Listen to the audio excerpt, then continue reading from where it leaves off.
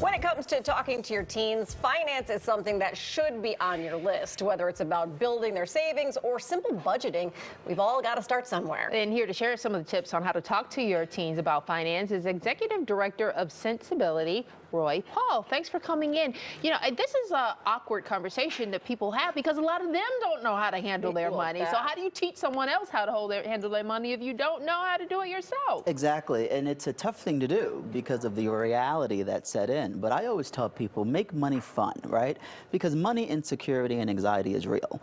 And when you're not comfortable talking about money when you're younger, that follows you into your elder ages when you're talking about getting an apartment for the first time, taking out student loans or a mortgage, or even negotiating your salary with your employer. If you're not used to talking about money, $5,000 or $10,000 is a lot to ask when you just want a job. Right, right.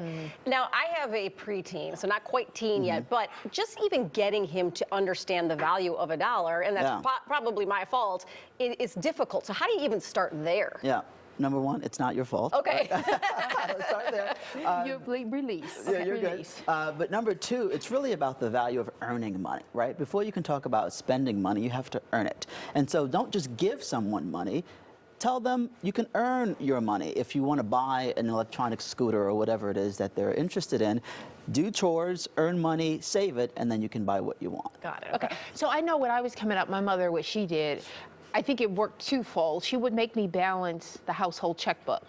It was something she didn't have to do, but it taught me a lot about money. Is that some of the things that you're talking about when you're talking about teaching kids, just thinking out of the box? Yeah, you know, the fundamentals are important, whether it is, you know, balancing a checkbook or even talking about, you know, what's the value of an education, right? How much does it cost? Most people don't talk about the value of an education, especially if you come from a low-income household, and a lot of our students do. So if you say to them, you're going to college, that's great, raise your hand. We're sending a lot of kids to college, and that's wonderful. Keep your hand up if you're taking out student loans. Their hands are going up.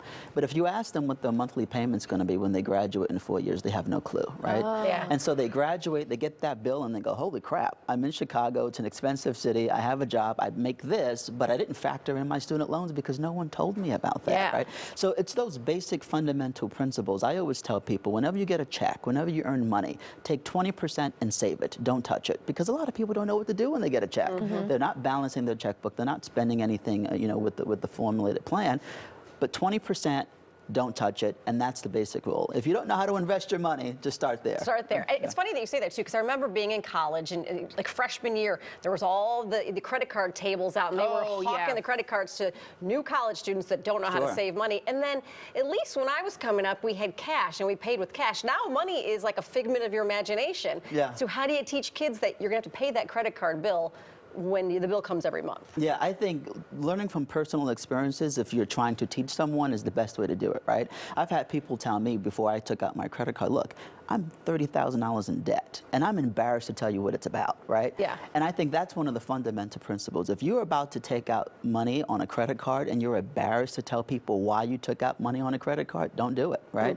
So learning from other people's experiences is really helpful. Okay, so as a kid now, you're at a teenage years. How do you advise parents to move forward with teaching their kids about money? Yeah. For your step goals, one. Your goals. What is it that you want, right? If John, Susan, if they're trying to purchase something, say, what is it and what's the plan for purchasing it? How much is it going to cost? And how much money do you have to earn for a specific period of time to get it, right? Start off with the basics. And they will work. You think it's difficult? If they want that electronic scooter, if they want that MacBook Pro, if they want that iPhone 13, they will work their behinds off to get that money.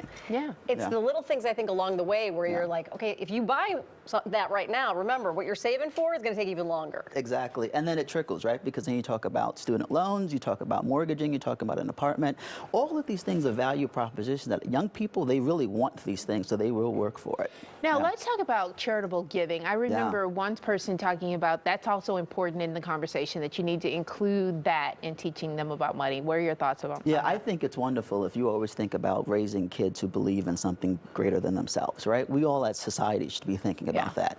And so if you're fortunate enough to make enough or to impart on your kids financially, say, look, you earned this, you're making this, I'm giving you this, but let's do something to give back. When I was growing up, we didn't have money to do that. And so, you know, my mother said, you're fortunate enough to have a meal on Thanksgiving, so we went to a soup kitchen and helped, you know, feed low-income people. So whatever it is that you can do, you know, if you have an extra coat, donate one, right? Chicago is very cold in the winter. racing for it. You got to get a Canada Goose or something. That's the only thing you can do. But those little things really do teach people how to be better as they get older. And appreciate coins. Like, yes, exactly. We're talking about teens, but really, how early do you think we should start kids on this financial path to success? As early as they start talking. Okay. Right? Oh. They start talking about money. That's the earliest you can do it, because that's when they're starting to interact with people, right? And I have a 4-year-old niece, and we do it with her when we go out to eat. We say, you know, what do you want to eat? You know, Zena, and she'll say, I want this. And I say, how much is that on the menu, right? Oh, and I want her to that's tell so me how smart. much the chicken wings is on the menu. Yeah. And that starts to help her think about money. You know, this is more expensive than that, so maybe I'll get the salad. Yeah. but you don't want to teach them to be cheapskates now either, do you? Well, I want to teach her to be healthy. That's a whole other different conversation. Okay. Yeah, because the healthy stuff costs more money. Yeah, a lot of times. So we got to start on the little guys. Yeah, I know. Well, you know, we'll talk about this because this whole thing about trying to go to a selective enrollment school, they're telling us that we need to teach our 4-year-old about money. And I'm like, huh? Yeah. She's just learning her ABCs, but we'll talk to you about that off camera. got it. All right. Thanks, Roy, Roy, for thank joining you so us. much for coming.